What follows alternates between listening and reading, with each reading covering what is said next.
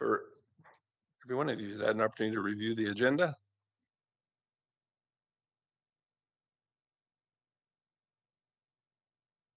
I would suggest the only Member Gullickson, go ahead. As we don't have the minutes here, I think we can remove those from the agenda and approve them next time. But I will, I'll move that we accept the agenda as amended. Thank you. Anyone else? All those in favor? Unanimously approved. Thank you. As you can see, in addition to our list of accepted items from the department, we have 2 items on the agenda for today. The first one up, 61/250.58, dangerous goods occupancy of biorefinery with a 20% parking variance at 5510 34th Street. We've got 2 of the principals here with us today. I'm sorry, 3. Chris Thrall and Kevin Schmidt, thank you for attending. And Laura, lead us through this item, please. Thank you. Sorry, Senior Development Officer. I also go by Moira, that's okay. So this is to consider a dangerous goods occupancy of biorefinery. So the property is zoned heavy industrial I2 district. And the purpose of that district is to provide for a variety of manufacturing, warehousing, transportation related, and other industrial activities, which may in the course of normal operations create nuisance factors apparent beyond the property boundary. A dangerous goods occupancy is a discretionary use, and the proposal requires a 23% parking variance. Dangerous goods occupancy is defined in the land use bylaw as any occupancy where goods have the ability to cause damage or injury to persons, property, and or the environment when released from containment. Administration does support the application. So today the Commission's decision is to decide on a discretionary use development permit with a variance. Section 11.18, dangerous goods occupancy is a discretionary use in the I2 district. Out of the neighboring consultation, 5 property owners were notified and 1 response was received in opposition, being that they were unsure of what the hazards were and therefore they wanted to provide opposition at that time. For the proposal, the applicant is proposing to construct a facility that receives and converts waste organic material into safe, high-grade organic nutrients using a proprietary thermal hydrolysis process. The facility will also use an anaerobic digestion process to convert waste organics into biogas. The biogas will be processed to pipeline specification gas and sold into the renewable natural gas market via an existing gas transmission infrastructure, which is operated by ATCO Pipelines. The dangerous goods occupancy was approved for this site by the Municipal Planning Commission on October 15th, 2015, and again on December 18th, 2019. Development did not commence and the permit has since expired. The applicant has obtained approval from Alberta Environment and Protected Areas that expires August 30th, 2033. And in the application package, the delay on the previous 2 permits was attributed to cost inflation and COVID delays. As for analysis, the proposed development will encompass 3 main buildings, being a warehouse, a processing facility, and an office and associated accessory equipment. The proposed structures all meet the required setbacks for the district, and there are no maximum height restrictions in the heavy industrial district. The applicant will be required to submit a revised site plan that shall include the following: garbage storage details, common botanical names of all proposed trees and shrubs, calculation of total landscaped area, bicycle parking, and width of the existing proposed accesses. Additional plans and information are being requested as recommended conditions of approval, including a lot grading plan, stormwater drainage plan, water and wastewater servicing plan, fire and emergency response plan, and a development agreement. And it should be noted that in the application package, the applicant did provide a preliminary emergency response plan as part of their construction package. For the parking variance, the table calculations are for other industrial, 1 space per 100 meters squared with a minimum of 6 spaces per bay tenant or establishment. And the office requires 2.5 stalls per 100 meters squared for a total of 55 stalls on site. The applicant is proposing 42 stalls, which actually is an increase from the previous 2 iterations of this development permit application. And therefore a 13 stall variance or a 23% variance is being requested at this time. Within the land use bylaw, section 3.3.3b states that unless otherwise stated in section 4.8 and section 3.2.3, the Municipal Planning Commission shall be authorized to consider and decide upon development applications for discretionary uses within all districts, excepting the applications provided for under section 3.2.3 and 3.4. This is a concept plan that was pulled from the applicant's website. And this is something that they have marketed as what the site will potentially look like. So staff recommendation has changed slightly a little bit, just because previous iterations of the application did account for power generation, and therefore approval would have been required from the Alberta Utilities Commission. However, they are no longer proposing power production. It is just to convert into the biogas. So AUC approval is no longer needed. So for recommendation, it would be to approve the development permit application for a biorefinery to be located at 5510 34th Street, be approved with a 23% variance to reduce the required number of parking spaces from 55 to 42, with the conditions as amended by removing condition 16I.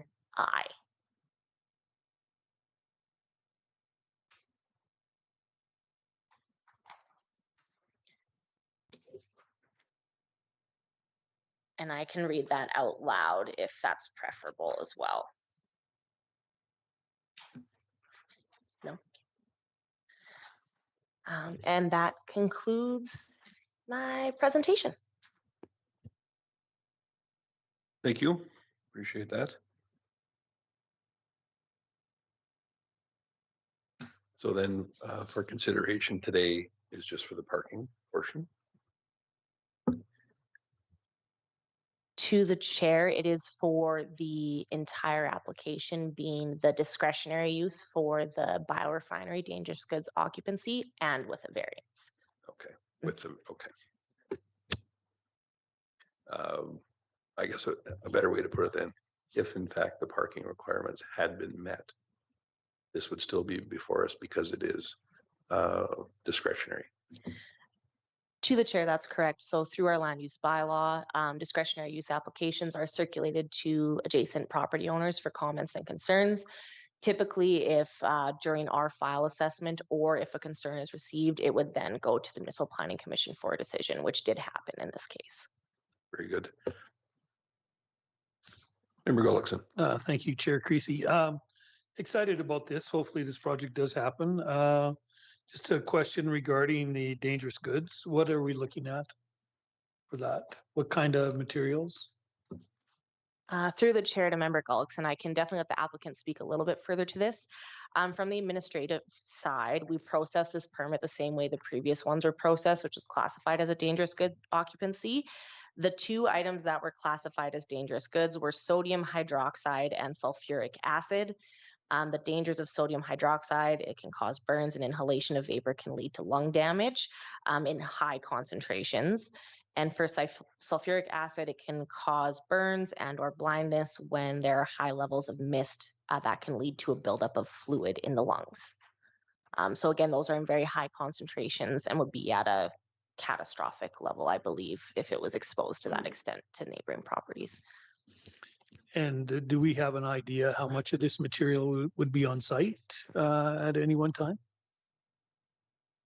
And while you're looking that up, I'm just curious, with those 2 items that were outlined, are those being utilized in the process or are those being actually produced on site?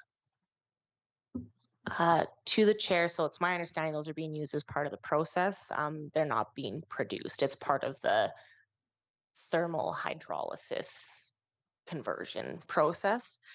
I do have some previous information on the on-site process storage tanks, but it is outdated. It's from 2019. And it just has details on their types of acid, fertilizer, anaerobic digesters, and material supply storage. All of them are sitting at about a volume of 120 meters cubed. But again, if the applicant would like to speak a little bit further to that about the concentrations and the size of everything, that would probably be good. Okay, thank you. Member Goodson, did you have any additional questions at this time? Or? No, that's Okay, my only concern, actually. very good. And I see no other lights on.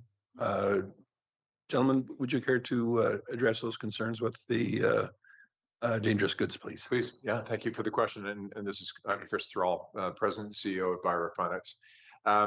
So Maura, you just firstly, you described the process perfectly. Thank you. And with respect to those two compounds, that is used in odor mitigation.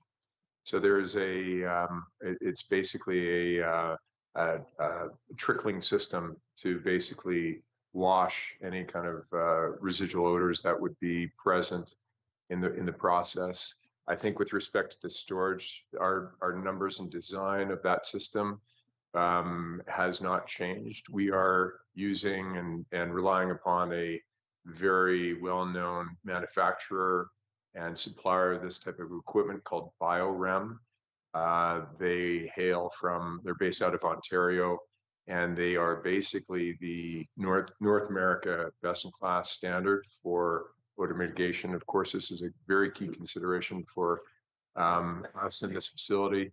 So I think in terms of the amount of storage of those materials, it's in contained tanks, and for deliveries, it's recirculated.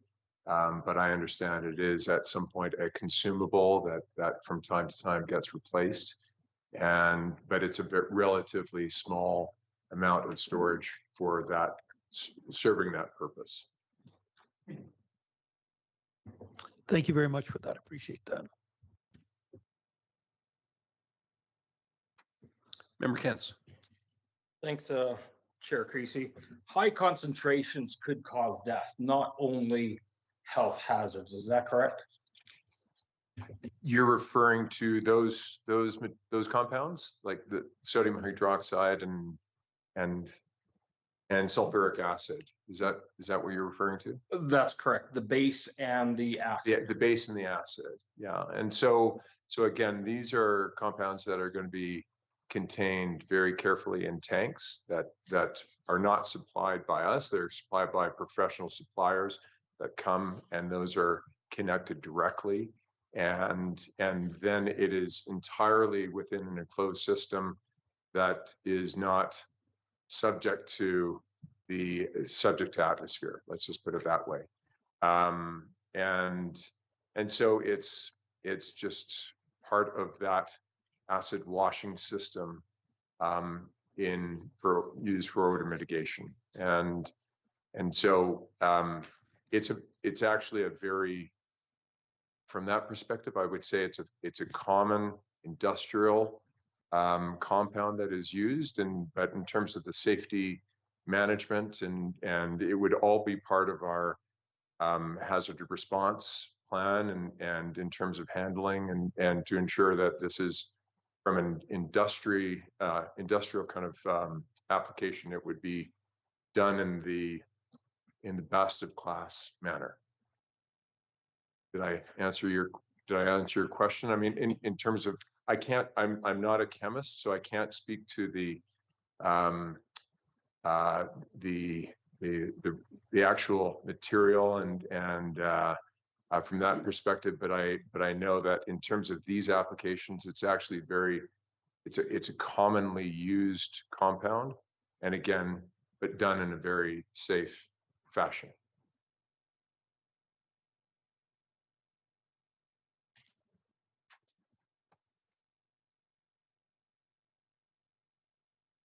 Member Contenti. Yes, thanks, Chairman. Question to Senior Development Officer. There is a lot of conditions, 25.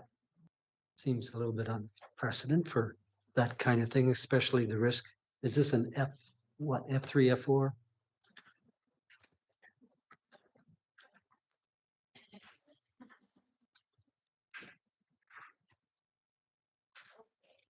So through the Chair to Member Contenti. So for the building code classification that you're looking for, their governing classification is Group F2 with a secondary classification of Group D up to 3 stories.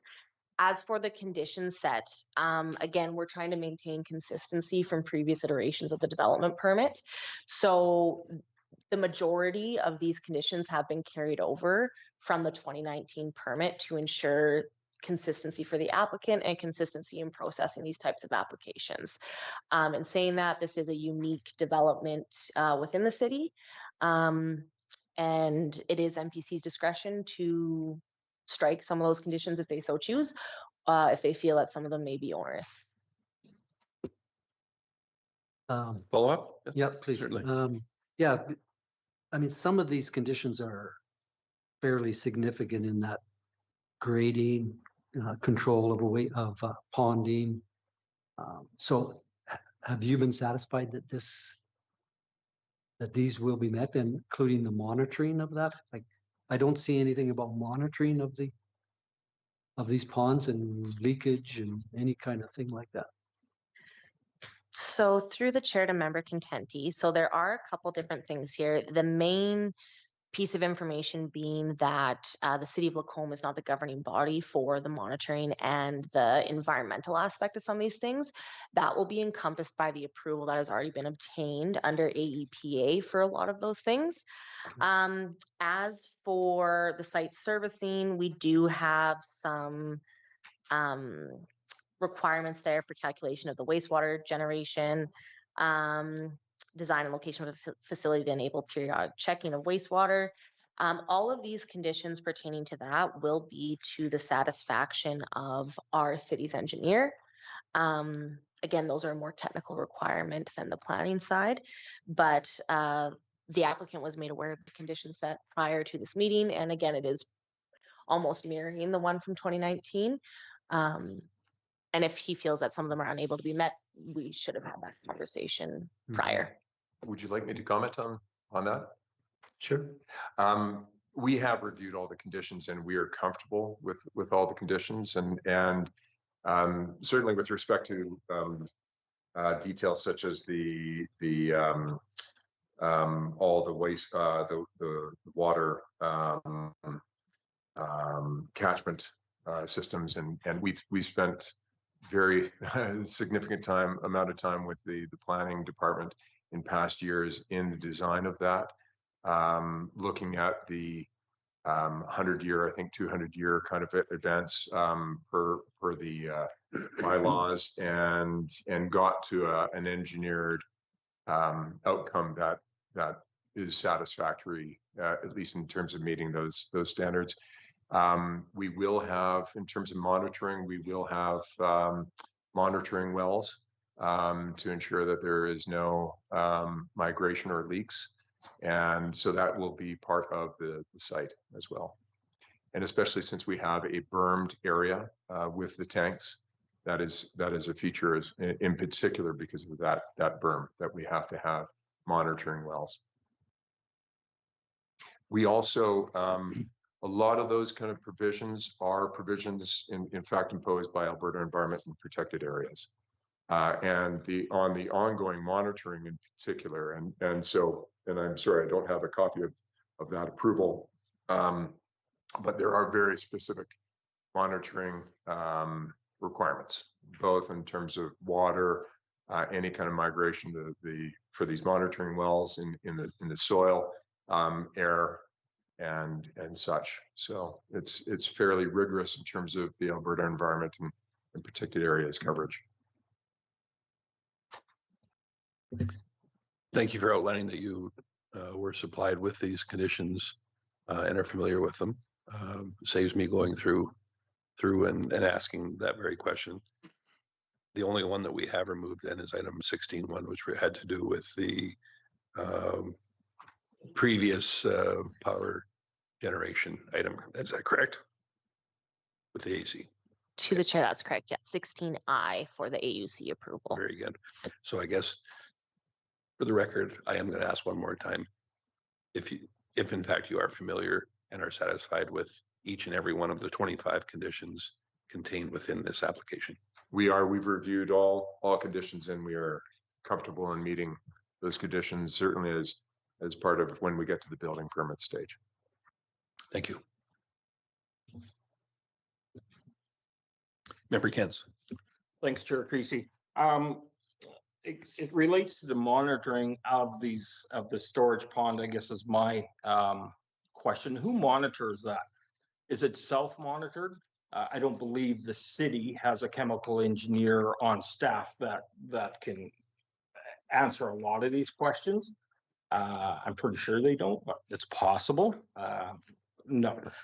So some of this is like the storage pond, the containment of it.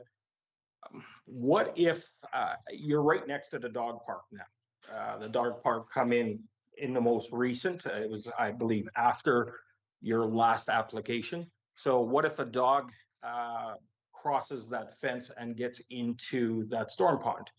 What's the result? Through the chair to Member Kent. So I do have a copy of the AEPA approval here that speaks to monitoring and the monitoring equipment. So it specifies that there's a number of stacks that shall be equipped with sampling facilities.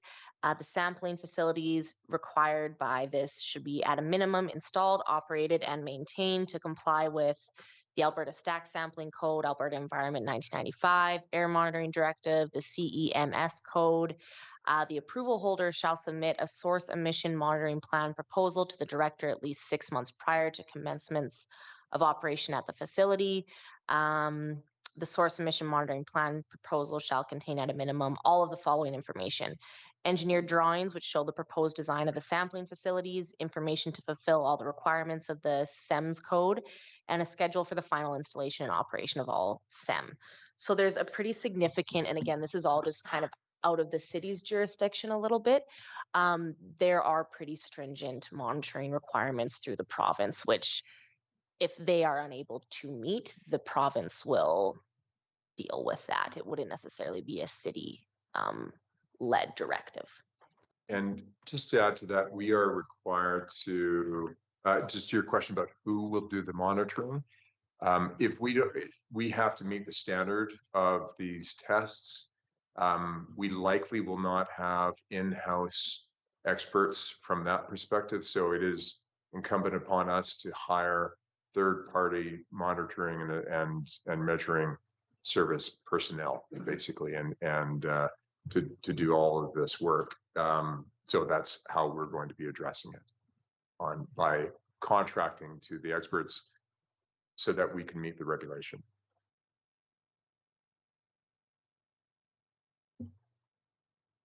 Some backup? Yeah, go ahead. I want to go. Fair enough. It's a great answer.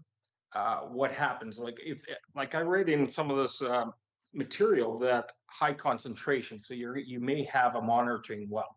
What if there is a high concentration and animals get into it? For instance, dog park. There's an off-leash dog park. They have free reign all over there. I mean, could it kill that animal? Could it do severe damage? Could it cause health issues in that area? I mean, there's the public running around there with their animals. So it's, right. This is a dangerous. This is dangerous goods. It sounds severe if inhaled, or if the chemical gets away in some way. It's happened all over Alberta. We've seen it in Wells, or we've seen it in Fort Mac. We've seen it where these ponds break away. We see floods happen where a lot of product gets spread all over the place. What would happen to an animal if it did drink high concentrations of it?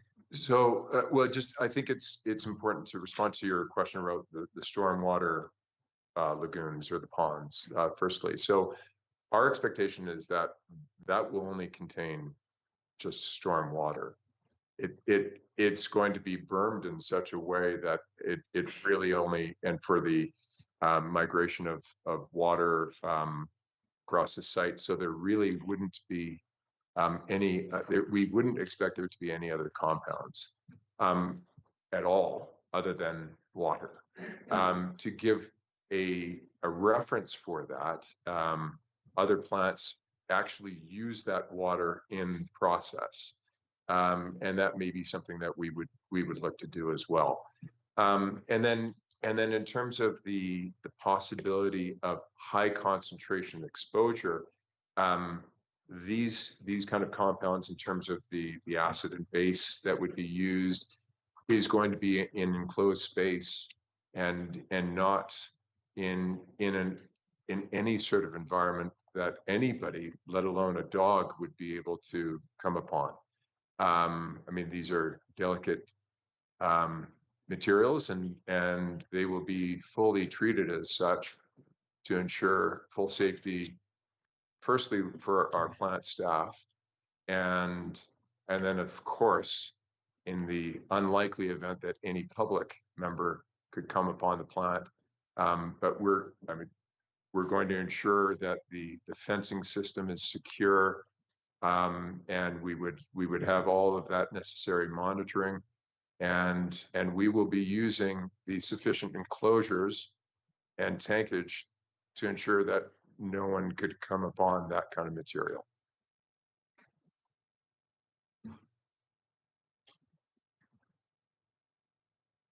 Member Ross. Thank you, Chair Creasy. My apologies for being late. So would you dispose of this water by either irrigation to local agricultural options, or the city has an agreement with Vesta that utilizes water with our current storage water? Would you like to reduce the amount of water there? Do you have disposal options in mind? There are options for it. My background is farming prior to moving into town, but I mean, so there's so many options, I guess, to alleviate the concern of excess water, or for it to be, break the berm, is to reduce the volume, right? So we principally have designed these ponds for evaporation. I mean, that's so just given the surface area. So we expect these really to be managed in that fashion. We have been working with the city engineers to ensure, okay, in terms of an extreme event, I think that's real. I mean, one, they're designs for the extreme event, and then apart from that, in the regular course, this would just be through natural evaporation that we'd be disposing. I mean, it's a 12-acre site, so thankfully we have quite an area to be able to put to that evaporation surface area. thank you for your response. If I may follow up, and my second question is, did planning and development follow up with the concern of the citizen of to address their concerns as more information to address their? Yeah, through the chair to member Ross, I did have multiple conversations and email correspondence with the adjacent landowner. Tried to get a hold of him today to see if he would attend, and didn't receive a response back, but I want to bring up something. I'm just wondering if perhaps there's some confusion with respect to the stormwater ponds, of which I had to get out my magnifying glass because it is a very small drawing in our package. There are two located diagonally opposite corners of the property. Is that correct? That's correct. And the three white circles indicate the covered enclosed tanks used for your process. That's the tanks are, two of the tanks are for anaerobic digestion, and one tank is a storage tank, and then there are two smaller tanks, and those are pre-feed tanks. They're called, for the anaerobic digestion process. Right, but all those are process related. They're all process. Okay, correct. And is there any discharge of liquids from those from that process into any evaporation type none. ponds on site? No. Okay, because I got the feeling that there might be some confusion in that. Oh, I see. Okay. So no, there's not going to be any. In fact, there's going to be a berm around all of those tanked areas, and that's just, and these tanks are reinforced concrete tanks, traditionally used in municipal situations and for biogas situations. So these but that is really just for protection in extraordinary circumstances, whatever that may be. But that is the regulation per Alberta Environment Protected Areas. Okay. Yeah. And through this digestion process, is water or some kind of liquid a byproduct of that process? So material organics will be brought to site. It gets brought through the pre-feed tanks and then pumped into the digesters. There's a resident time of roughly 30 days, and then the residual will be tankered off-site and used for fertilizer at dairy farms. Okay. So there will be no discharge on the site as part of the process. Okay. So in fact, there is liquid as a byproduct, and it is utilized through other means offsite. Offsite. Okay, that helps a lot. Thank you. And just for further clarification, at one point we had conversations with the city to potentially use the city sewage lagoon system as a processing means for some of the residuals, and through this better option of utilizing these as a nutrient for farms was a much better solution. But no, therefore there is no discharge. Very good. Thank you. Member Contenti. Thanks. Chair Creasy.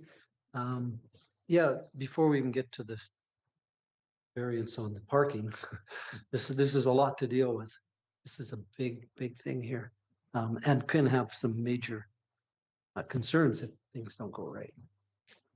So you're talking about material brought in. What kind of materials are we talking about? Are they trucked in? Are we talking about animal hides and that kind of thing? Or? So we're talking about in the case of the pure anaerobic digestion dairy manure in tankers and enclosed tankers that would be coming into the receiving hall, and then we've got animal byproduct materials. So, for example, materials coming from the Beretta plant, and as an example of that kind of material, and all of that comes into an enclosed receiving hall, negative air pressure, and that's what goes through the acid scrubbing, acid and base scrubbing kind of system, and then a biofilter, and so the process it's a thermal hydrolysis technology that we have developed. And so, but that is really a pre-treatment step. But the anaerobic digestion part of the project is really very standard from the context of biogas production. We had provided some information to the city just to talk about. So the number of digesters in Canada, I think there are over 150 biogas plants, non-municipal biogas plants in Canada right now. And this technology was first developed in Germany over 30 years ago, I think 35 years ago, 40 years ago. Germany has a land mass of roughly half the size of Alberta, population of about 84 million people, and they've got over 9,600 digesters of this kind of sort, smaller digesters, on-scale farm, and the reason why they have so many is because of the economic incentive to do so, and they're viewing around recycling a lot of these waste organics. So it's very well understood technology and process. This is deployed at municipal wastewater treatment plants regularly in terms of the tanks and using, in that case, biosolids. In this case, we're talking about livestock and farming waste, and the pure goal about all of this is creating a very sustainable approach to these materials and diverting methane emissions, from a lot of concentrated livestock in the region. In our discussions with NRCB, the Natural Resources Conservation Board, and their experience with Lethbridge Biogas, which is a reference plant for what we're doing. And Lethbridge Biogas has been in operation since 2013. And they experienced a reduction in the odor emissions generally from the region because of spreading of dairy manure. And that's because when it goes into anaerobic digestion, it basically, the microbes eat away at some of the solids, and it goes from roughly about 10 to 12% solids to about 5% solids. And then it actually makes all of the nutrients more available to the plants. And so it's a very beneficial system. And again, it comes with reduced odor regionally. So again, I think we can't make any definitive pronouncements about those benefits, but certainly that was the experience of NRCB. So we did work with NRCB for probably about a 1.5 years process on this application and the approval that we received, and their support together with an MOU that they have with Alberta Environment insofar as dealing with these kind of materials.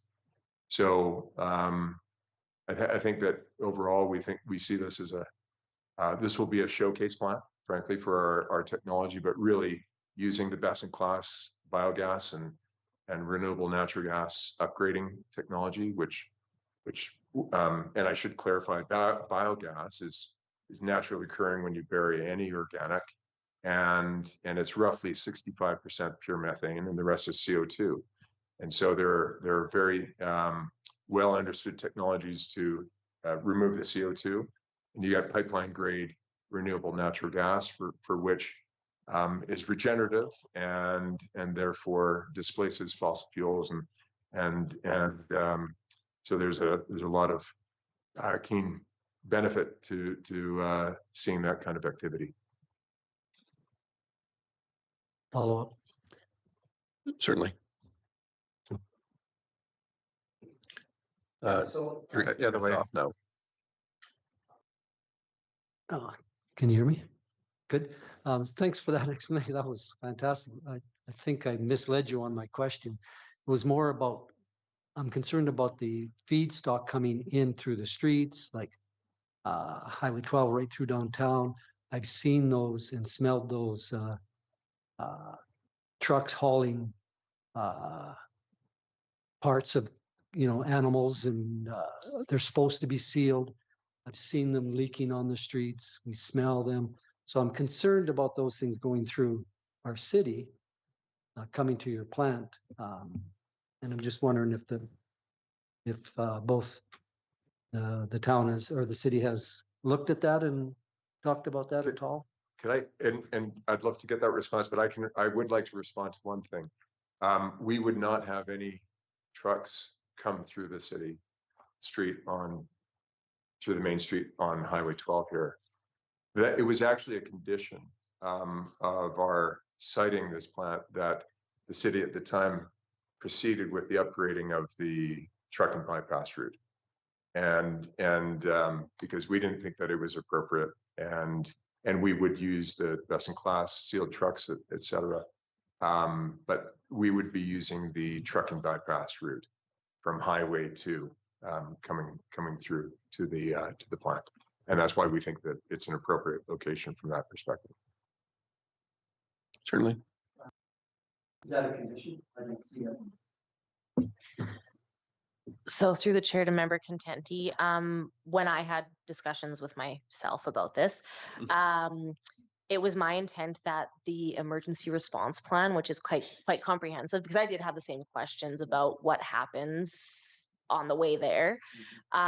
So there's number 5 is emergency response plan for the ongoing routine operation of the facility following construction. So I think it would be reasonable to request the haul route and or what happens if there's an accident or something along those lines, because that would still be considered an emergency as part of the operation of the facility. So that was my intent, or leading on with that, is to have it as part of the comprehensive emergency response plan.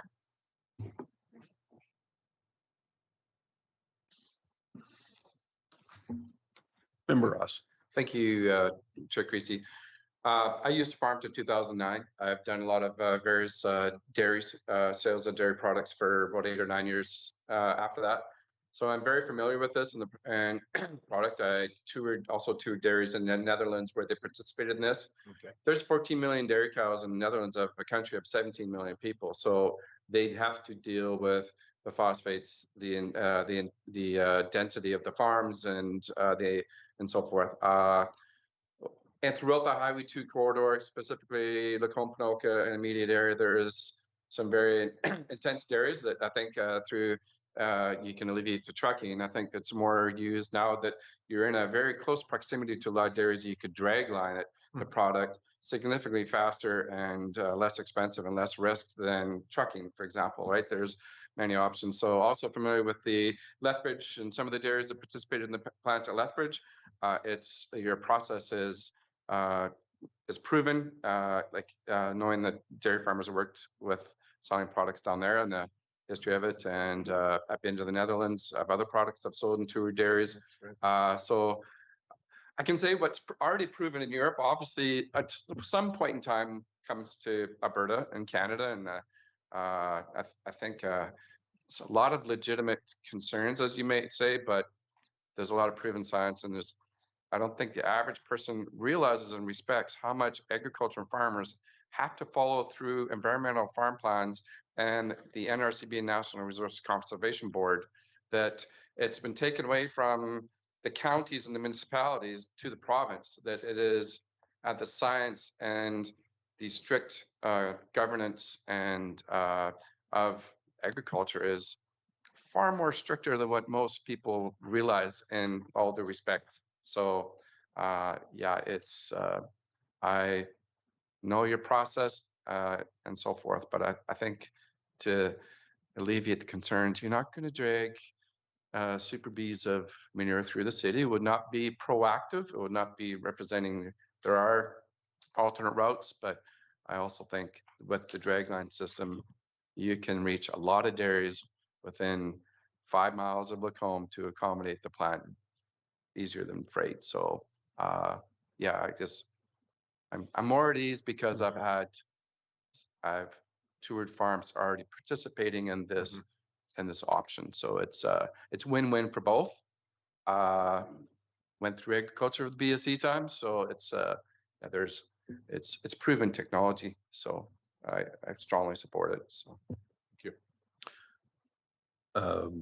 Member Contenti, I mean, it's certainly a fair enough concern, and I expect it is for a lot of members of the public as well, for those items coming through the city. It's been outlined by the proponent that in fact will not be the case.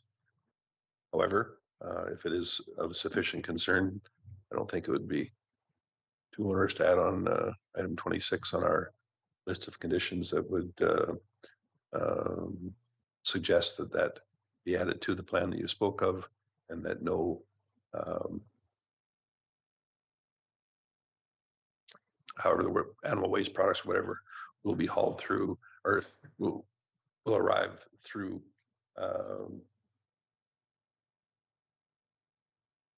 the downtown core, or how some sort of appropriate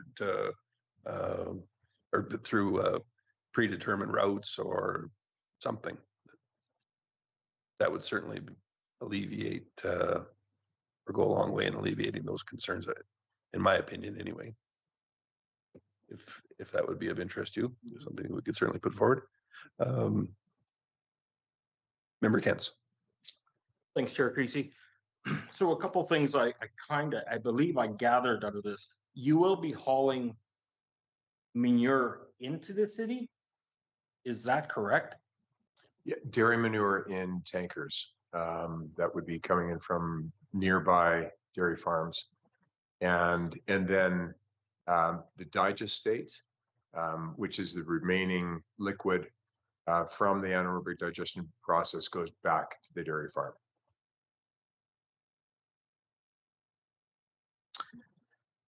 Okay, grew up a dairy farmer. I sure as heck wouldn't want manure hauled into the back of my yard, right? I didn't know you're gonna actually haul manure into the city. Why isn't the plant outside the city, near the dairy farms or closer to those dairy farms? Why choose bringing manure into the city? The main reason is, one, it can be done in a fashion that it's in a tanker. It's in a fully enclosed system.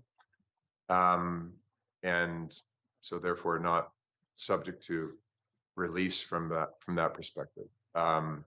The whole biogas system is such that the renewable natural gas, so this pipeline grade methane that is generated needs to go into a pipeline and needs to displace effectively demand and load. This requires a demand center for that to work on a reasonable scale. And so while there are cases of on-farm digesters for small scale uses, this is one where it can be done at a commercial scale, and it can be done safely without disturbance to the community. And so that's the real context. And so there's a gas pipeline that runs adjacent to the site. There's even a high pressure line that runs along the other side of 34th Street. And so the injection meter station would be right at that point. And so it really requires the sort of scale. And the reason why it is not done in Alberta commonly is just because of the cost, and also because of this ability to be able to put in a safe meter station. The economics just would not presently work for a local dairy. So manure is it's a safe and stable biogas medium. Let's just put that biologically. And that's why it works well. It also solves a material methane release problem for the region, or for the planet, if you want to make it more broadly than that. So that's where the province has certainly supported this kind of activity, so that we can really address some of these issues, and so if we can do it without great distance of trucking, so reasonable trucking distance, and then bring benefits to the neighboring farms, is basically the whole concept here. I have a draft condition ready if you guys would like to hear it, for adding something about the haul route. Certainly. So we could amend the condition set to read, the applicant shall provide a traffic haul route to the satisfaction of the city. No animal byproduct shall be hauled along the 50th Street / Highway 12 corridor east of 34th Street. The avenue, wouldn't it? 50th Ave, sorry guys. Member Contenti, does that? 34th Street. Nothing east of. And I suppose, but if material comes from the east to 34th Street, would that not be? I think you're talking about west of material west of 34th Street. Yes. Okay. Yes. That way. Thank you. Yes. They use the truck route, 34th and coming from the south side, where if you're hauling material, Yeah, from the south, I mean, I think if we,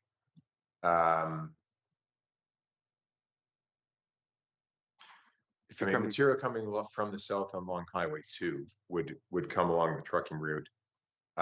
If there was any material that was coming directly, I think what we had in mind is that nothing would be coming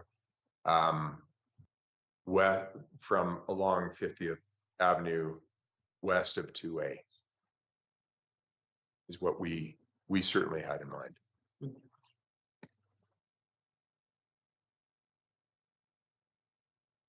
To the Right. chair, if MPC is open to that amendment, we could change the condition to read west of Highway 2A. So it's not utilizing the downtown corridor per se, but it is using that intersection at the train tracks.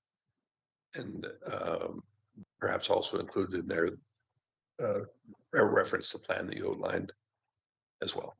And then it's tie up any loose ends that I'm satisfied with that. It was member Contendi that brought it forward, so I'd like for him to be as well.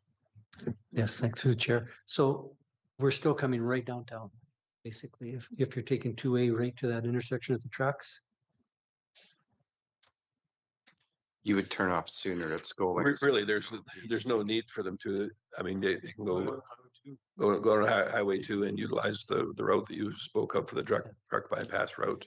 There's really no need for them to ever be in downtown or Lacombe as a whole, basically, other than from the north on the bypass on the truck bypass route. 30 west of 34 make more sense. You're turning off north of Scollings anyways and going down 34th that way. Like you really, it's, I suppose. it's, Yeah. it basically you either regard it to staying off 50th Ave because you continue north and 2, come back into the truck route and you're going east and coming in from the north. So, or vice versa, you're going to go, you even come from the south. Sorry, either way, you're continuing north and coming back in on 2A to the truck road at Scollings and going around 34th. Like, irregardless, north or south. Like, for example, I live on the north end of Lacombe. I can come in from the north and actually be faster than going farther north, coming in from the north than coming in 50th Ave and going all that way, right? Yeah. So time-wise, everything makes sense. It's Okay. just, Yeah. it's common sense that's prevailing is to stay off, you're staying off 50th Yep. Ave. I Yeah. have my class 1 license too. I'm not running down 6 or 8 set of lights. Yes, you can go. yes. That's an excellent point. Thank you. Better Dooley, For I clarity know then, that's difficult to do this on the fly. However, if you could read it in its entirety with the proposed addition that you've made, I would appreciate it. all right. The applicant shall provide a traffic haul route to the satisfaction of the city.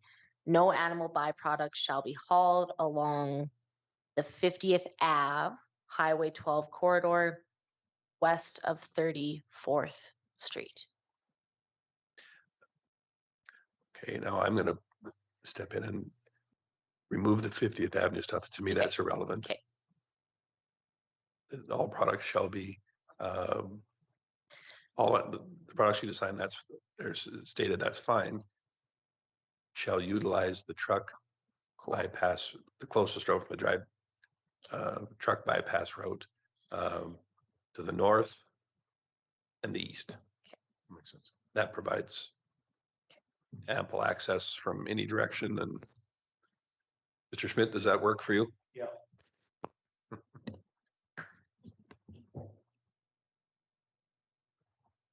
Member Contendi, does that make better sense? Does, yes, thank you. Thank you. We have Go ahead. got a regular Christmas tree here. Member Gullickson. Thank you, Chair Creasy. I'd like to just change things a little bit and talk about the 23% variance. Now, I assume you get away with that because of the fact your square footage, there's a lot of it is processing Correct. and your staff numbers are not that high Correct. square footage wise. That's correct. Okay, well, that's all I needed to hear. Because I think that's makes total sense then. Thank you very much. And just for clarity, there's parking shown there. Once again, the drawing is quite small. So there's obviously, or not obviously, there is parking shown in the process area, the delivery area. I'm assuming that's likely employee related. To the chair, so there's two separate parking areas. The one that's the darker black is asphalt for staff, and that's where the office is accessed. And then the other side does have parking stalls, and then that's where their truck traffic and loading goes in. Okay. And for the staff, public isn't really the right word, the staff area that's shown here in the black area, the number is what? And while you're looking that up, I would ask for an expected number of employees that will be working on the site. So we expect, and we would have a combination of permanent operating staff, trucking staff, and then research staff, because we have this facility would feature some greenhouse work and materials that we would be conducting research for fertilizers. So depending upon those numbers, we expect anywhere between these roughly 10 to 15 on a regular basis staff at the plant. And so with some potential for it to be up to 20. But and so the residual is really visitor staff or visitors, pardon me. Okay. Yeah. And meetings. To the chair, the darker asphalt parking lot contains 25 stalls. Okay. Thank you.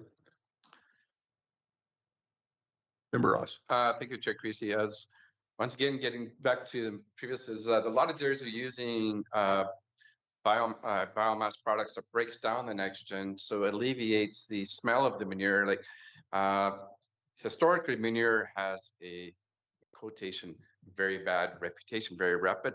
It is managed totally differently than it was many years ago, as a lot of dairies are within a close proximity to Lacombe and by other, and because of the production per land and utilizing corn, there's more dairies on less acres now and with crop production, but the manure is managed differently on the farms as agitation, as use of products to break down the manure content, because then it is utilized more efficiently in the land. So which then thus removes the smell. So historically, it's not as what it used to be, because people are trying to utilize the value of it most. So trying to maybe address some of the concerns of smell coming into with its downtown limits.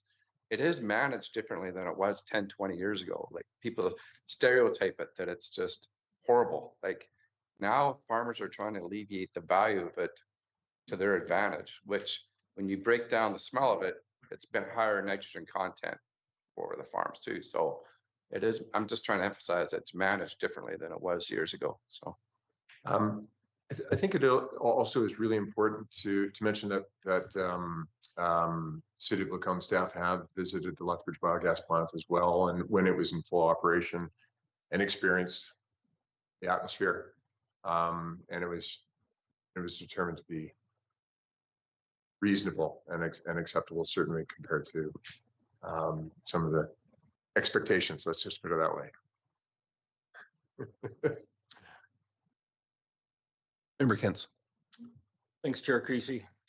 I'm baffled. I'm baffled that we're going to bring manure into the city. I am baffled. I grew up as a farmer. I guess I couldn't do it. I could not do that. Our partner here, Mr. Ross, you can sugarcoat that, but every day you can smell it during the season. It comes right through the city, and it's not a great smell. I mean, I understand farming. I think farmers it's necessary. However, to bring it in the city, I really honestly don't think that's correct. However, that's my opinion. I might speak for many within the city. I don't believe we still have enough information in this whole package to have something like this passed. This is huge for the city of Lacombe. This is huge in many ways. The other question I have was, you used the term extraordinary circumstances several times. Under or in cases of extraordinary circumstances. It's those words are strong. So you are trying to tell us that something could happen. And if it happens, where are we at that point in time? In the context of saying that, it's in the context of understanding industrial construction, and these are facilities that are going to be designed to last over 50 years. These are you would have typically I mean, these are concrete tanks in particular that I was making that one reference to. So I think the we are blessed that we don't live in an earthquake zone. We don't have, I mean, there are some high winds, but these are not winds that would take down concrete structures of that sort. I can't say that. I mean, can anybody say that nothing ever would happen? That's why I just used the term extraordinary. I don't know how else to describe that. But I mean, I think Alberta is very, we're equally blessed with the amount of engineering skill and in the whole industrial sector to be able to construct things in extreme weather situations. And that's what we are going to be deploying in this case too. So this is equipment that will be standing for decades, unless we choose for it not to be. But I mean, to say an absolute on anything, that's why I used extraordinary. So I think that was my context. I mean, if you yeah. So I don't know what else that was the use of that. I don't know, Kevin, if you run plants. I'm gonna put my 2 cents in to explain what it is, but my take on it is when you're in town, you smell dairy anyways. The difference is we're gonna take it in a tanker. We're gonna drive down the specified route. We're gonna pull into that shop. We're gonna close the door. We're going to only pump inside the facility under negative pressure with the scrubber on the smell. So well, and it goes everybody else is spraying it out in the field. When it goes into an enclosed tank. Into an enclosed tank, runs its process, comes back to the truck, less smell, then goes out to the field. So in the process, we put some mitigations in place to help with the whole system. Because what goes on right now is they pick it up and they spray it west of town and the wind blows it through town. And that's, maybe your wind goes the other way once in a while, but there's actually mitigations in place to deal with the odor and to deal with the fluids.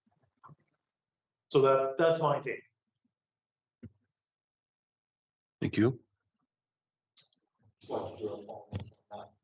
Let's have you use a microphone, please.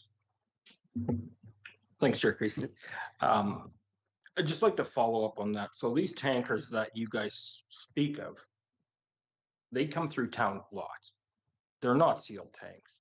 Unless there's going to be some kind of new law coming into play where these tanks are going to be sealed, but they cross town. There's an open spout on them. There's manure dripping down the sides. I've seen it many times. And they're filled with an aerial pump. And they're pumped from the top. They're not pumped from the bottom. They're pumped from the top. They run through town. They're dirty. They're not washed coming into town, and they're not washed going back through town. So I guess I'm just baffled on the process of bringing manure into town. It's baffling. So the other difference is we will control our trucking fleet.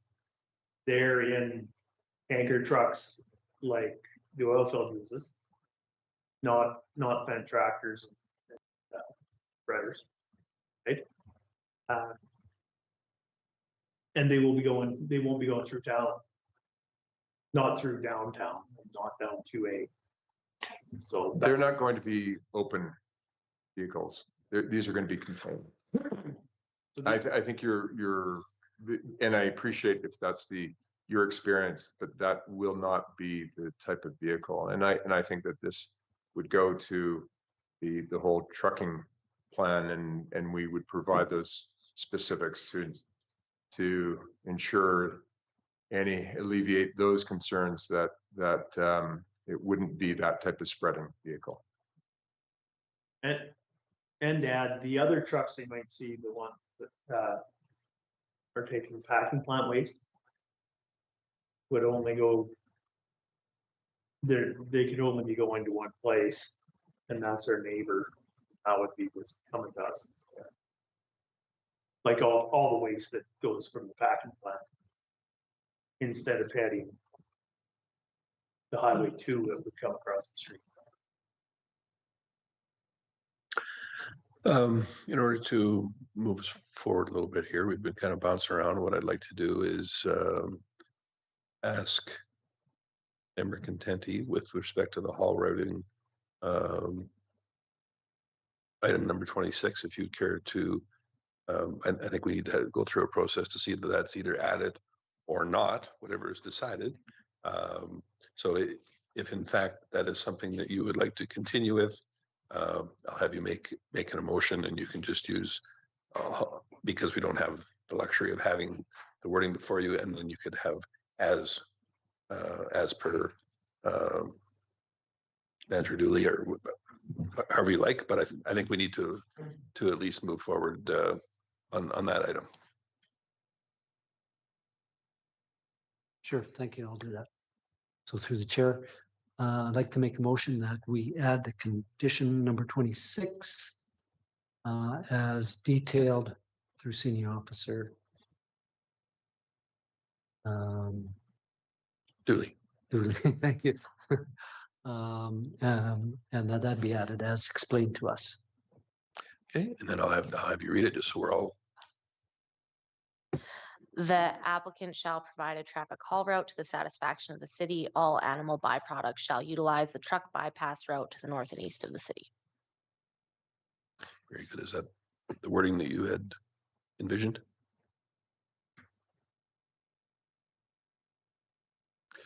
Very good. Is there any input on that particular item? Yeah, I was just going to pursue it further after that motion is completed. It has been, so now is your opportunity. To be recommend a motion, then you can move forward. No, we have to deal with this Yeah, motion. that's what I meant. Sorry, after he's done, that was my intent. There he is recommended. Is there any other input on the motion before us? All those in favor? Any opposed? That is carried unanimously. Thank you. Member Ross. Thank you. Thank you, Chair Creasy. So, and in favor of it, I think there's significant proof of it in your higher density of population in municipal communities. We have a packing plant that's obviously a couple blocks south.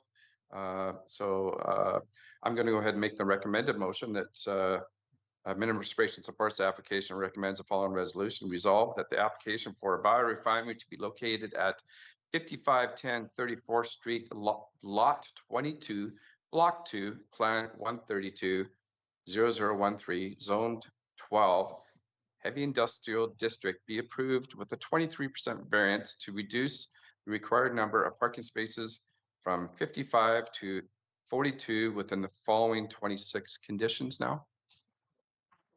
That's as amended with the following conditions of B26. Is that correct? Thank you. Thank you. Certainly the motion's on the floor, but that does not in any way hinder additional input. If anyone has anything. And Member Kentz. Thanks, Chair Creasy. I will not be supporting that motion. I think there's a lot more information that can be brought forward. Chemical engineering. There's just a wide variety. The types of tanks, we should be able to see the types of tanks that are coming in. So I will not be supporting the motion. Thank you.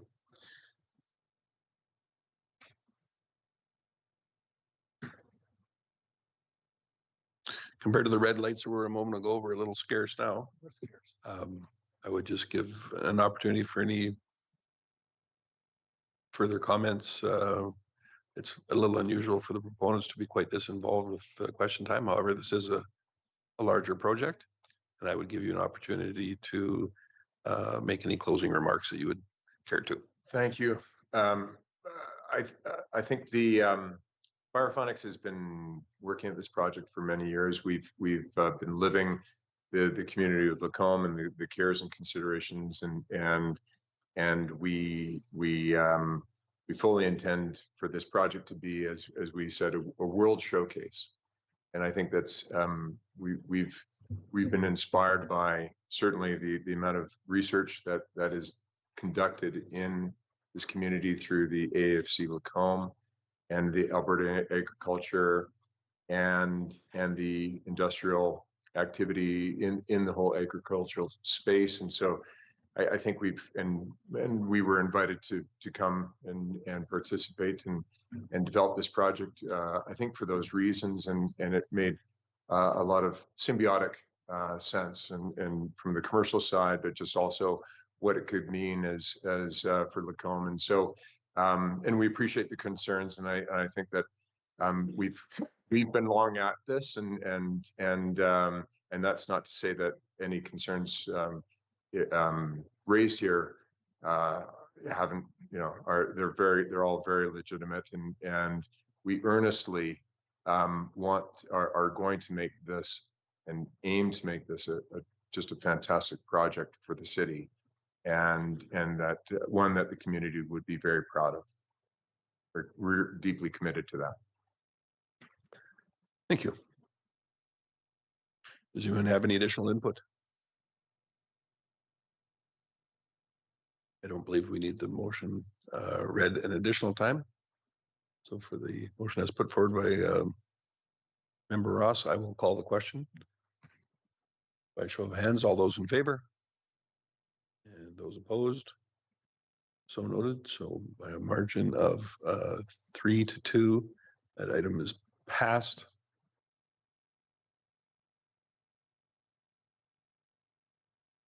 I expect that administration will be in contact with additional paperwork and continue on from there. Anything to add, Officer Dooley? To the chair, no, that's fine. Would you be okay taking a quick break though after this item? No breaks are allowed. Okay. Of course we can. Of course we can. It is 6:12. How about if we reconvene at 6:20?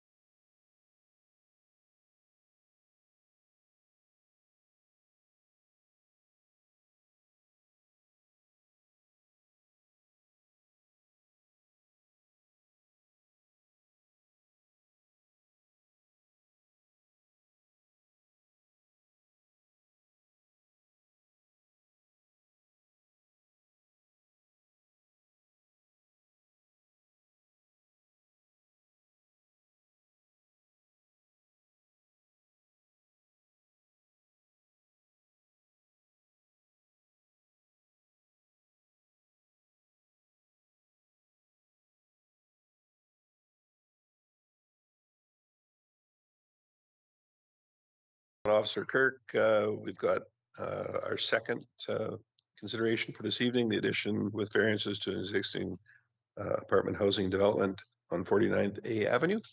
Could you take us through that item, please? Absolutely. Thank you, Chair Creasy. All right, so the property is zoned R5, so that is the residential multi-unit district. The purpose is to provide an area for residential development, primarily in the form of higher density units, such as multi-attached housing or apartment housing and compatible uses. It's also part of the downtown area redevelopment plan, so that's that DARP overlay, specifically the mixed-use transition district. So the purpose of that DARP overlay is to provide, is to regulate the development of major additions and infill developments for medium density, high density, and maximum density multi-unit residential uses in a manner that ensures compatibility with adjacent properties while allowing for ground floor commercial development in strategic locations. This district provides a transition area between the higher density downtown and lower density residential surrounding areas. Administration supports the application. So today we're looking at six variances to the land use bylaw. That's why this application is in front of you today. The first three are to deal with setbacks because the building is pre-existing on the lot and does not comply under today's current land use bylaw. So we're looking at a 1.7 meter, 23% front yard setback variance, a 0.8 meter, 27% side yard setback variance on the west side, and a 4.7 meter, 63% rear yard setback variance. The fourth variance is on parking, so that's a 3-stall, 30% parking variance. The fifth variance is to the architectural standards for the DARP overlay, and basically it's saying that the maximum height of the building is 1.5 stories. The applicant is proposing 2.5 stories, so we're looking at a 1-story, 67% height variance. And the sixth variance is also to the architectural standards for the DARP overlay, and we're looking at a 2-element 67% architectural variance. Neighboring consultations were sent out to 24 property owners. One response was received in opposition, so the opposition has been summarized here. The additional story will reduce or block the natural light into our home. Our home only has windows on the east and west side, therefore the addition will greatly impact our quality of life and depreciate the value of our home. They've discussed it with a local realtor whom agrees that it will depreciate the value. And the additional story poses privacy issues. Currently, the apartment's second level window looks directly into their yard and living room, and adding an additional level will further invade their privacy as the windows will be directed into their bedrooms. So administration's response to that is section 918.2 of the land use bylaw. Parcel development regulations requires buildings located within the R5 district to have a maximum building height of the lesser of 4 stories or 15.25 meters. However, the DARP overlay is what limits the building to the 1.5 stories. So while the proposed building height complies with the R5 district, it does not comply with the DARP overlay. So therefore, we are requesting the variance. The next opposition, when they purchased the home in 2020, one of the selling features was the fact that the area was already developed. So administration's response to that is that developed neighborhoods have the potential to undergo a variety of developments, such as additions, alterations, and infills. So the existing apartment housing development is 1.5 stories in height today and contains 4 dwelling units. The applicant is proposing to construct 1 additional story containing 2 additional dwelling units. If approved, it will be 2.5 stories in height and contain a total of 6 units. The proposed development will make efforts to retain the on-site landscaping as well as provide several enhancements to the site.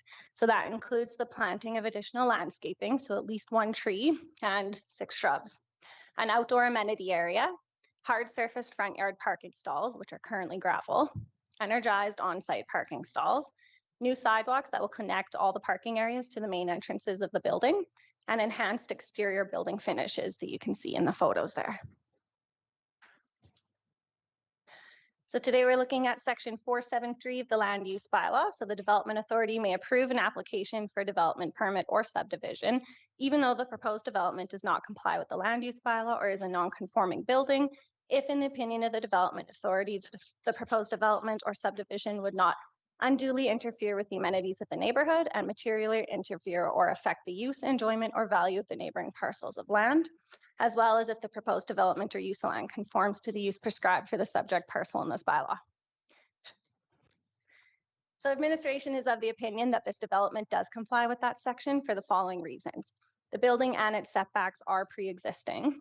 The building's footprint is not being enlarged. They're building up, not out, but they are adding on approximately 1,740 square feet to the existing building. While the building is proposed to be taller than the DARP overlay's height requirements, there are several buildings in other parts of downtown that are 2.5 stories in height. Ample public parking is located nearby on 49th Avenue and 52nd Street, and the proposed enhancements will provide a refreshed and visually appealing site that is expected to positively benefit the character of the existing neighborhood. So the purpose of a variance is to provide discretion, so not all lots can meet the land use bylaw. They might have a unique factor. The unique factors with this application is the lot's irregular shape, which you can see in the picture there. It makes it difficult for it to meet parking requirements and setback requirements, as well as its location to that intersection there. So that makes it difficult because it can't contain more than 3 on-site parking stalls in the front of the yard. So you have to be a certain distance away from that intersection. And then the DARP overlay makes it difficult for it to comply with height and architectural requirements. So the proposed development is a unique opportunity to refresh an existing building and increase rental opportunities within the community, but the variances are required in order for the development to proceed. So setback requirements. So again, the pre-existing building doesn't comply due to its irregular shape. Basically any developments can't take place on this site without variances unless the building was relocated or moved. And the applicant is requesting the front side and rear setback variances to allow for the building to remain in its current location and be added on to. So parking requirements. The site needs to have 10 on-site vehicle parking spaces if the application is approved today. Currently, it only requires 6 and it does meet that, but adding that addition will bring it up to requiring 10. The lot can only accommodate 7 because of its shape and location to that intersection. Our engineering department reviewed the application and they're only in support of those 3 front parking stalls shown there due to the location to the 53rd Street and 50th Avenue intersection. So the applicant is requesting a 3-stall 30% parking variance, and the fire department has no issues with the variance request. They found that it was pretty minor in nature. It shouldn't have any effect on their day-to-day operations and because of the on-street parking in the area. And also the requirement for a loading space is proposed to be waived on this development. And the reason for that is because the all proposed on-site parking spaces are located within close proximity to either the front or rear entrance doors, allowing for ease of loading or unloading. There's ample street parking located directly in front of the building for loading and unloading.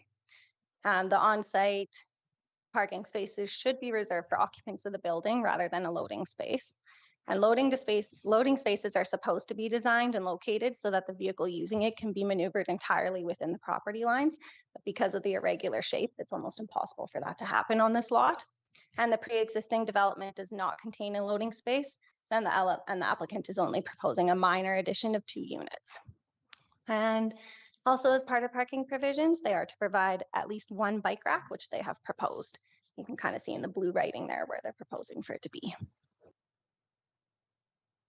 So the DARP overlay. So this is the mixed use transition district, which is part of the DARP. The existing building was constructed prior to the parcel's inclusion within this overlay. So that's why the existing building doesn't meet the DARP requirements today.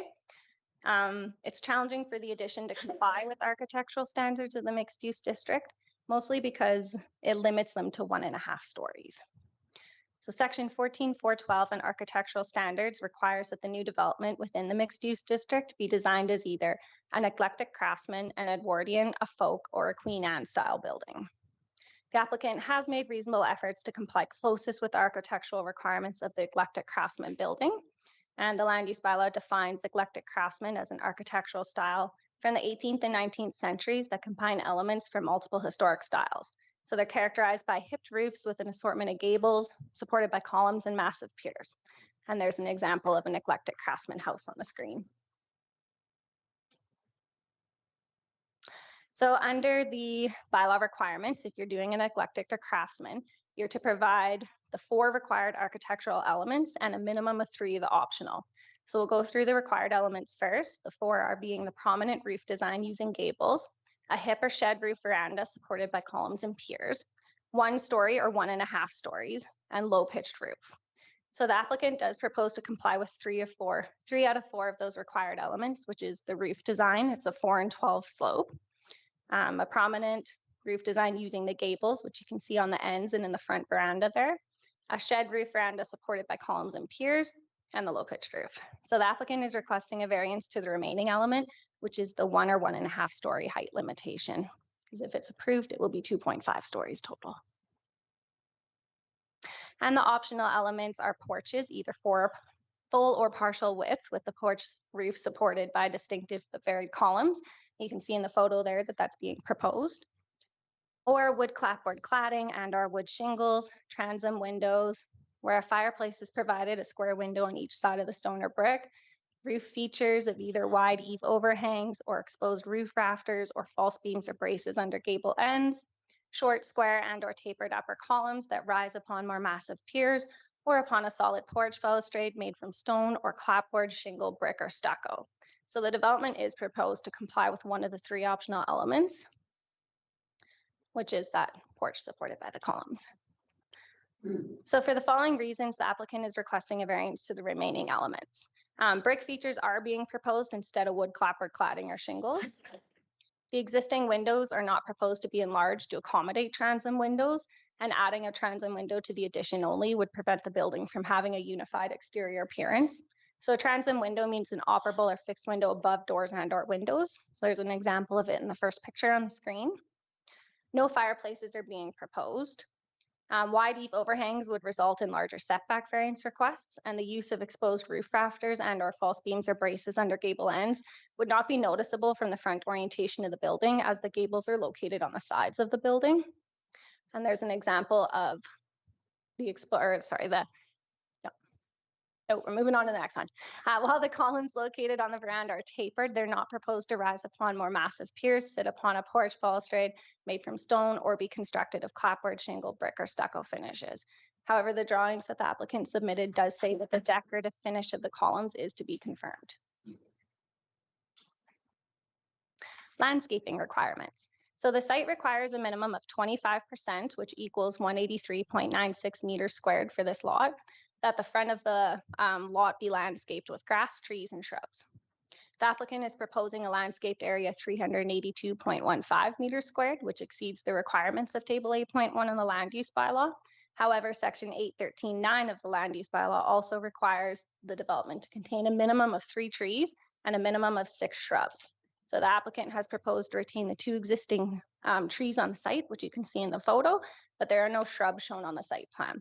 So therefore, the applicant will be required to submit a new site plan showing compliance with this requirement prior to a building permit being issued. Amenity area. So the development is to contain a minimum of 4.45 meters squared of private amenity space per dwelling unit for the sole use of that dwelling unit. So an example is private balconies. When this cannot be achieved, such as units in a basement, the land use bylaw requires a public amenity area measuring 11.15 meters squared per dwelling unit that doesn't have a private amenity area. So for this development, the main floor and upper floor dwelling units each contain a private balcony that is exactly the 4.45 meters squared in size. And the basement dwelling units aren't able to contain this, so therefore the development has to provide a public amenity area of 22.30 meters squared. The applicant is proposing 114 meters squared amenity area for the public and therefore exceeds the requirement of the land use bylaw. Building orientation and design. So the development has to provide at least 20% of the exterior elevation to consist of natural materials. So this can include wood, stone or brick, wood or vinyl wall shingles, decorative brackets and vents, or corner boards having a minimum width of 9 centimeters.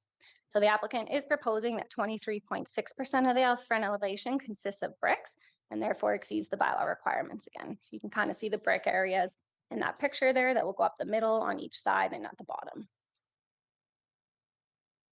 And the administration recommends that the application be approved in accordance with the motion on the screen. That concludes my presentation. Thank you. Thank you very much. To check the title, because sometimes they change them on me. Senior Development Officer Kirk.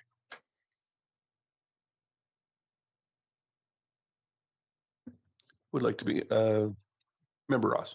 Thank you, Chair Creasy. I just think it's absolutely wonderful that you're revitalizing this area, and I definitely give you credit for being creative and adding to it. So anyways, I think it's wonderful to see for the downtown area, and a much needed area of interest of a lot of the seniors wanting to be within close to the downtown amenities. So thank you for being part of downtown Macomb. I'd like to go ahead and make the motion that the administration supports the application, recommends the following resolution.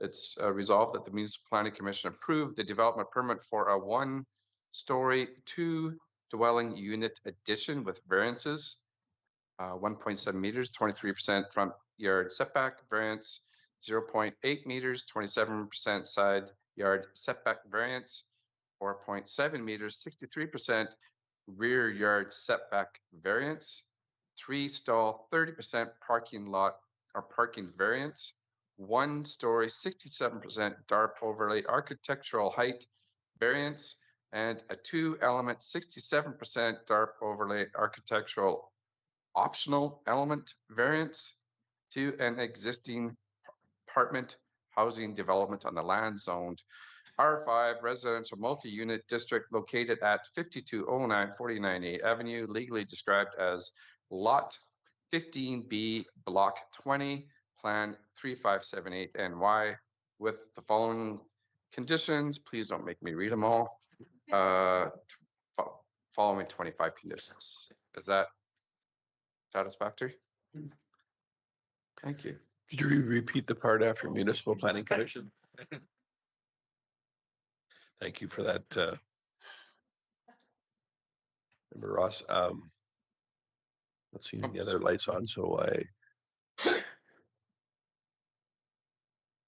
in addition to those previous comments, I do commend you for developing in our downtown core. It's not a small undertaking adding on a story like that. I think, if I'm being perfectly honest, my only concern is one of aesthetics. I was just curious if you had considered a hip roof. I would let Ms. Kirk answer that, whether or not that would actually conform with the eclectic craftsman or not. I would say we have and would consider it. It doesn't make much of a difference to us, to be perfectly honest. The eclectic craftsman did ask for gabled ends, so. Okay. No, and which is fair. I appreciate your answer. I realized there was only one letter opposing out of 20, couple of dozen that were handed out. For me, it's a massing thing. That extra story and whatnot with the long gable. I just think that with the hip, that's maybe my problem, but it's fairly overwhelming. And I think that the hip roof was outlined as a possibility. I would just wanted to hear from you if in fact it was considered, and you've outlined the reasons why, and I wanted to hear that. So that is something that I would like to see. However, that's not what's before us currently. And I guess that would be more of a building permit kind of conversation. I don't know if that changes, if that has to be made, that decision has to be made at this point, does it? No.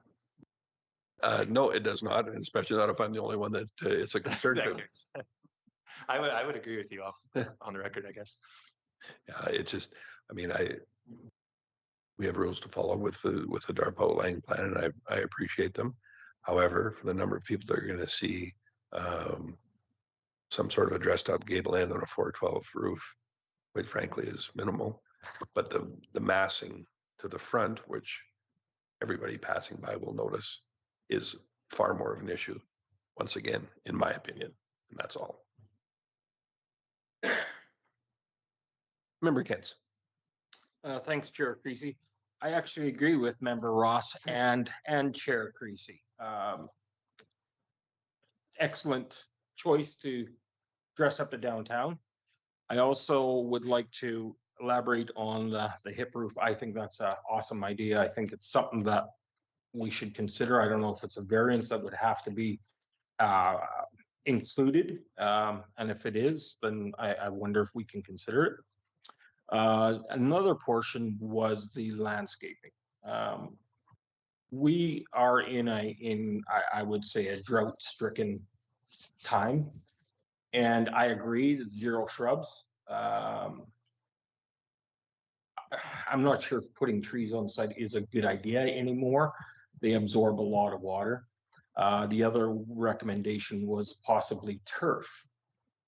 If turf can be added instead of grass, because again, the grass in a lot of areas doesn't look good. I mean, we are getting it helps, but if we run into not being able to water our lawns and stuff, the areas that have the turf look really neat, look really cool. I think it's something that should be added to the bylaw, the land use bylaw, and yeah, it dresses everything up and looks good.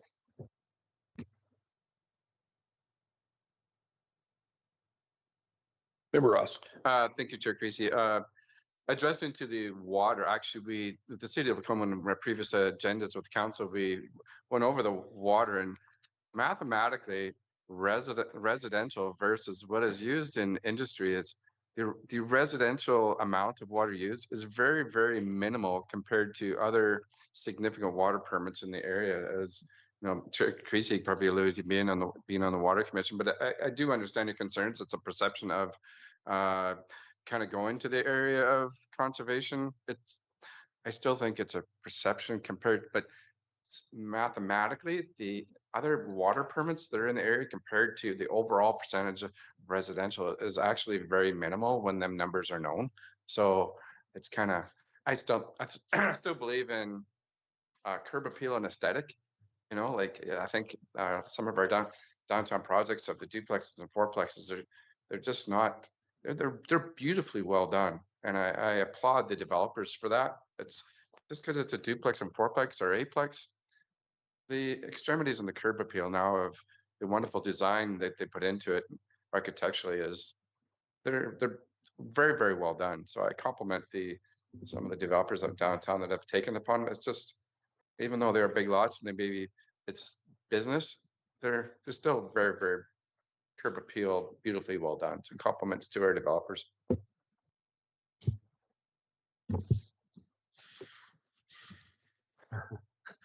Member Gullickson. Oh, thank you, Chair Creasy. I also agree this is a great addition to our downtown area. I think it's important for us to have these types of projects to ensure that we have a beautiful downtown as we do right now. And I like the fact that you've included some drawings to give us an idea of what to look for. We've had other proposals come forward that note they didn't have drawings to show us what it would look like. So I appreciate that very much, and I look forward to this project. Member Contenti. Yes, thank you, Chair. Yeah, impressive job there too, Senior Officer Kirk, leading us through all the architectural design thing. You did your homework. Appreciate that. Yes, no, I think it's very good. The only question I had was, can you show me where that place is that was in opposition, that blocking the light? Where does that? I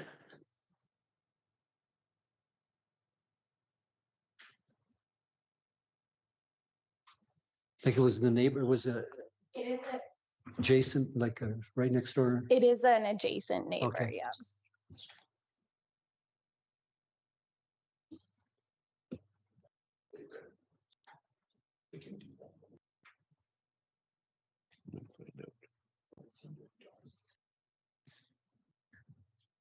Out here. So on that, on this view here, where are they situated? That's the problem. So I do believe that they're located, sorry, we have our addresses wiped out. Okay. So it's hard to see where it's coming from at this moment. But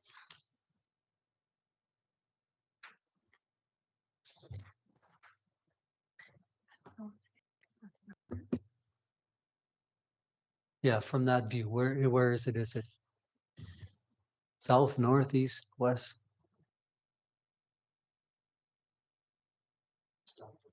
Yes, sorry, the document with the address is actually in the file. Okay, well, that's fine. If it's like, if it's next door, then it's either got to be the one to the right of our view. Is that?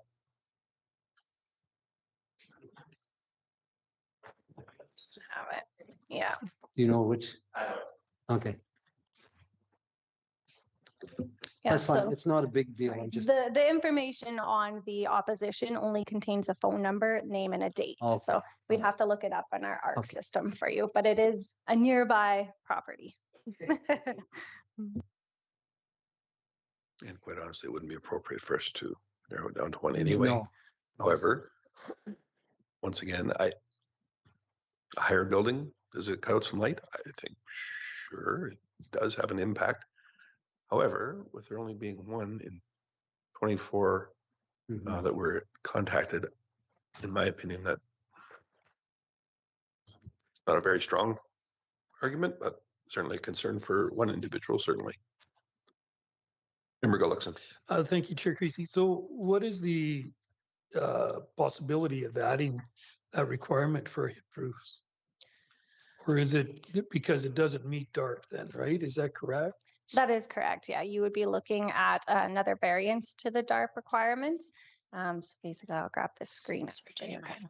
Oh, yeah. Sorry, through the chair to member Gullickson. So the required elements at their meeting right now is because they have a hip or shed roof. So they have the shed roof out of those two. So they would still require the same number of variances as is currently being requested. However, with that amount of design change, it would be recommended from administration that if that's what you'd like to see, to table the decision on the application, to have the applicant work with administration to bring back a different design with the hip roof. So the hip roof would have to come back to MPC to be approved because it's outside of DARP's requirement? Well, it's part of DARP though. You can do hip roofs in DARP, correct? Through the chair to member Gullickson. So as designated currently with the way the application is being processed, MPC is the development authority for this application. We can't rescind that authority from you at this point.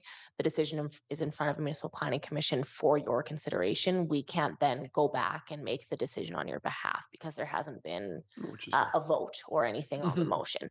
So it would have to come back to Municipal Planning Commission. We could ask the applicant if he'd be able to get that design to us for the next meeting because it wouldn't require a lot of changes to our report, which would be June 5th, if that were what MPC's direction would be.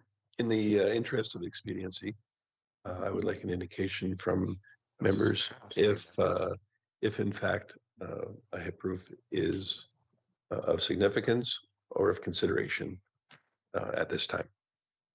Member Contenti?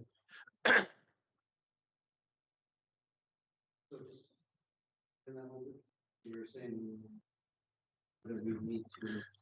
I'm not interested in consuming time for any developer. Yeah. At this point in time. I think in this case, a hip roof is warranted. Simply, I just think it's going to look better. The proponent has indicated he's certainly fine with that. It does perhaps maybe causes some issues administratively, but I don't want to put both the commission and a developer through that process if in fact it's not of interest to the commission now. Unless seeing a drawing with a hip roof barn is of importance, then I think we're going to explore other means to pursue. Yeah, it's not of importance to me to see a drawing with the hip roof. Member Kentz. I would like to see a hip roof, not, I don't need to see a drawing, I can picture it, but I guess to the developer is if that small delay, would it impact him in any way? Yeah, I would like to know that first. If it does, then I guess it's not that important. If he's willing to and say, hey, it's not a big deal for that little delay, I would like to see it approved with a hip roof. Member Gullickson. I think it should be, in this case, up to the developer if you're willing to wait. And if you feel that's a better option also. Because I'm fine with the drawing, but I understand that the hip roof might be a better option for aesthetics. But I think that's should be up to you to decide that, not up to us. Member Ross. Thank you, Chair Creasy. First and foremost, as you're the applicant, do you see a significant, and I love to see character and curb appeal. And I think Lacombe is very well known for that. That's my personal opinion.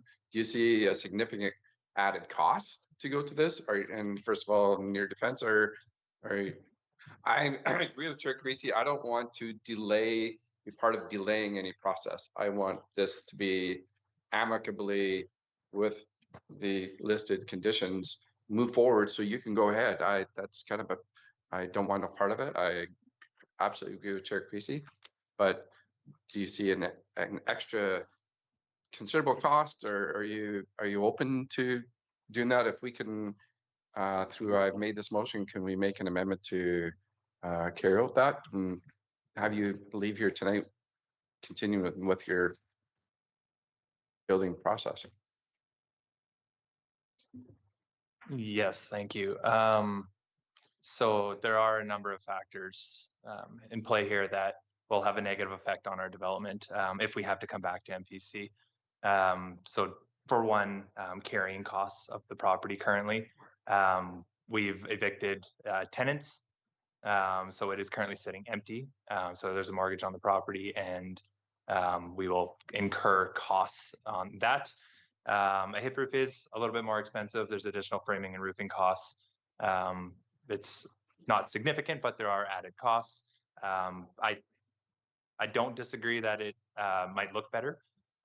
So I'm not disagreeing with that, but there are those additional costs, as well as if we have to push to the next MPC meeting, which is June, which will then in turn push our development and building permit. We will be looking into winter construction and winter costs potentially. It's pushing us closer and closer to that. In Alberta, we know September can hit us with surprises. So that also makes me nervous. So there are a number of factors there working against us to have a delay. I think we're all, sorry if I may continue. I think we're all in agreement. We wouldn't want to see that delay. But I think we're all kind of, my apologies, I shouldn't speak very well. I guess the curb appeal and the hip roof, I guess we're willing to, if they put that condition in, is that acceptable for yourself rather than seeing a delay? I'm not sure if I'm understanding the situation properly. If we can make that decision here today, if you tell me that you want a hip roof and that doesn't delay us at all, I don't care. We'll put a hip roof on it. But if that delays us to next MPC, that's the concern. I just, yeah. The curb appeal, like you're saying, I just want a yes or no. Can we put a condition of a hip roof design so that it goes forward and you continue on with your intentions to move your project? So to be perfectly clear, I want to thank you for being upfront and honest with us, and we appreciate all those concerns you have for the delays and whatnot. That is not our intent here, as you've heard, to delay the procedure. I think you have a very willing commission who in this particular case is a little outside of what administration has put forward, and we would like to see a hip roof. You've indicated that that really is not a huge deal. Am I hearing that correctly? That's for you, I mean. For me, that's not a huge deal. Like I said, there's minor additional framing and roofing costs, but it's not significant. So if that appeases the council, then we would be happy to put a hip roof on if that doesn't delay the process. Okay. So this does present some challenges because of DARPA administration, but I'm sure that they can put their heads together and come up with a way that we may proceed this evening with the possibility of a hip roof design on this particular item. I've seen them work wonders before. So do I just make that as amended?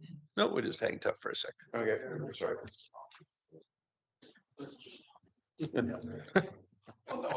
No. regardless of how this goes, I can't impress upon you enough that you've got a municipal planning commission who is both excited about the project and appreciates your willingness to work with us to produce a project that is in a prominent location. And we want it to be the best that it can be. And we know that by the work that you've put in, the drawings you provided, you're of the same mind. So we do genuinely appreciate it. I appreciate that. And the other question, when you just did that little drawing, would the hip roof actually make it so it's less of a profile on the roof itself? Definitely. Yeah. Yeah, exactly, yeah. Chicken Myrtle.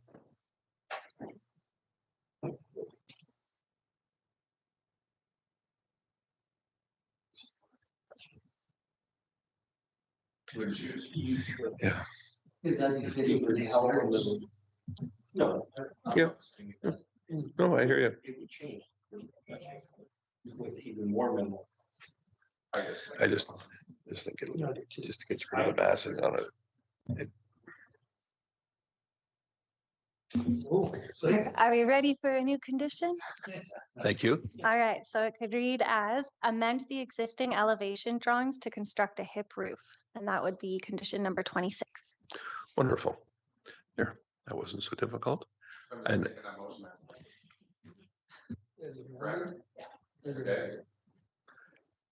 then just to say that we've done our due diligence here, I want to ask our proponent if in fact you are familiar with the,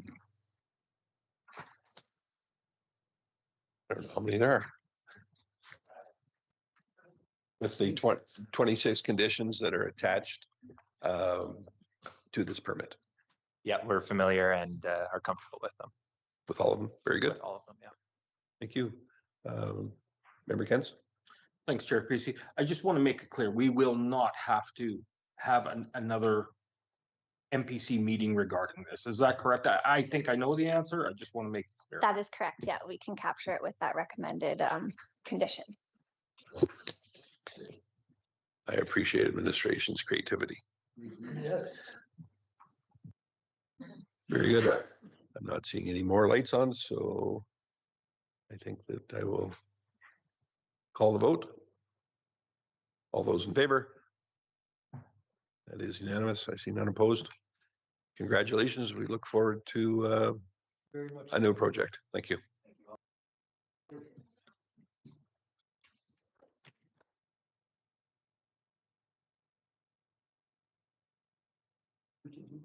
Yeah.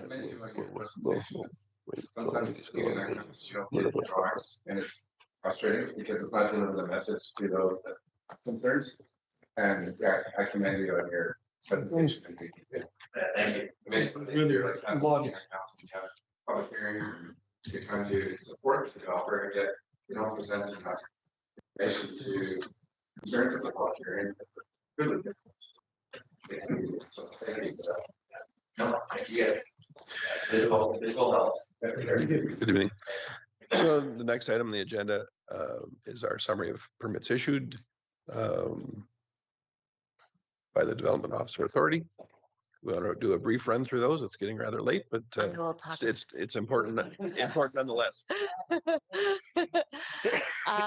the first permit on this list is a 1.52 meter or 25% front yard setback variance for multi-attached housing, which is 5 units. This is a discretionary use as it's more than 4 units in the R4 district.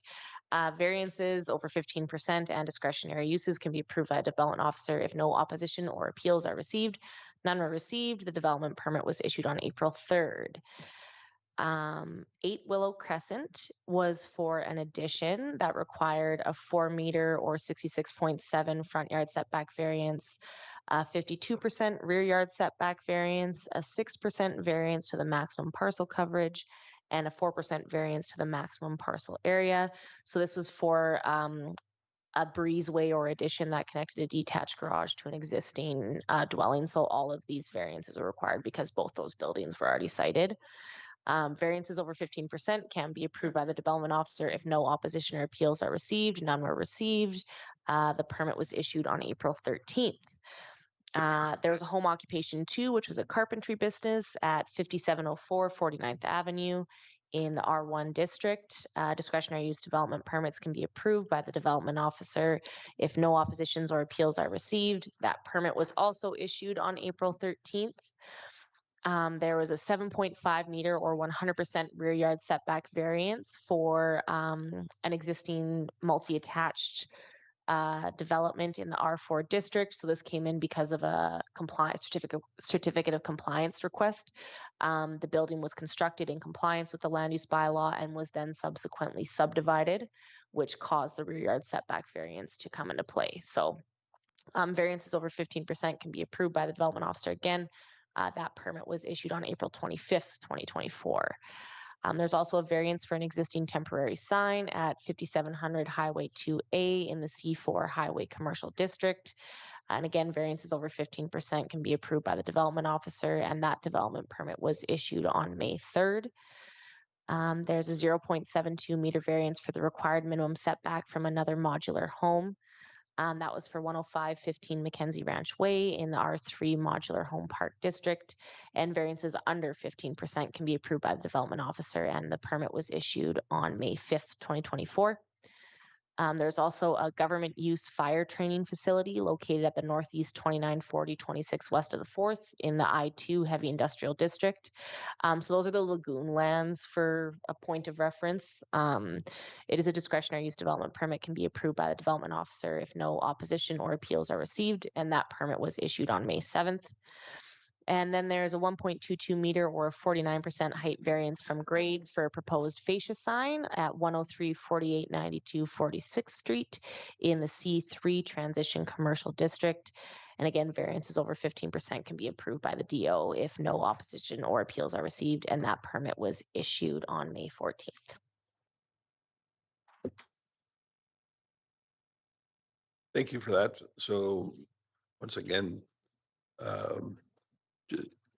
the 8 permits here that were issued is just another great example of why those allowances were made to increase the difference and give you the authority to do so. So great work. Thank you. Do anyone have any comments on any of those items?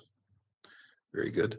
So bit of an unusual situation with respect to the minutes.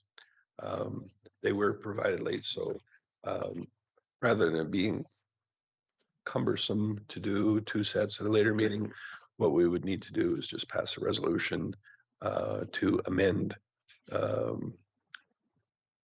special resolution to amend the agenda, and then consider the minutes if that's the wish of the commission, or we can not do a darn thing and consider both of them at the next meeting. Whoever feels one way or another about it, we can consider regarding. Thank you, Chair Member Gillison. Creasy. I'll make the motion that we consider making the change to the agenda, special motion, I guess, to change the agenda to include the adoption of our minutes from April 3rd. Thank you. Any comments? All those in favor? See none opposed. Thank you. And certainly, if you'd like a few minutes to look over the minutes, that sounds intelligent. Feel free to take them, and Member Gullickson. Thank you, Chair Creasy. I'll make the motion that we accept the minutes as presented. Thank you.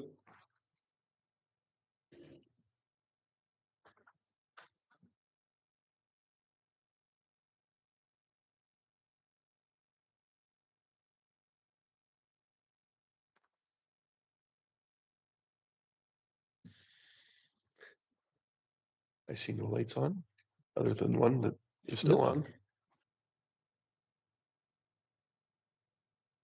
Senior Development Officer. Kirk, thanks for getting those to us. Better late than never.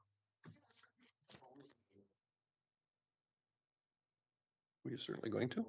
Yeah, absolutely. Doesn't look like anybody wants any input on them, so they must have been done well. All those in favor? And that is passed unanimously as well. Motion for adjournment. All those in favor? Very good. Thanks.